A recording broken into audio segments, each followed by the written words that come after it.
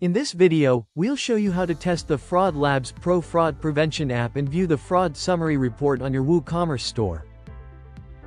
Let's test the FraudLabs Pro plugin by placing a test order.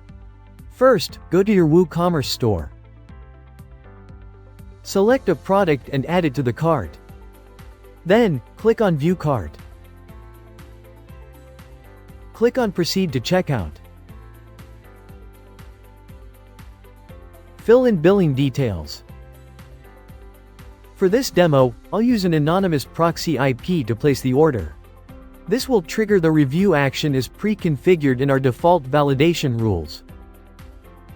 Click on Place Order.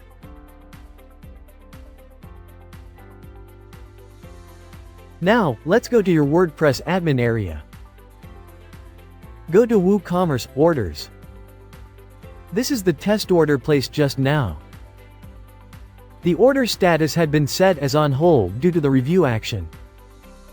The risk score here is the FraudLabs Pro Fraud score, which indicates the risk level of the order. The higher the risk score, the higher the risk. Click on this order.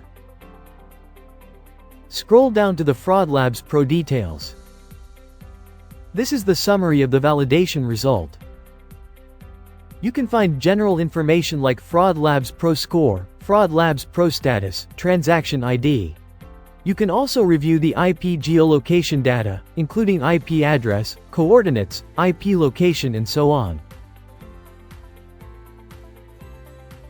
For validation information, you can check if this user is placing an order using a free email domain, a proxy IP, and so on. This order is flagged for review as I'm using a proxy IP to place the order. For a more detailed report, you can log into FraudLabs Pro Merchant area by using this link. Let's log into the FraudLabs Pro Merchant area.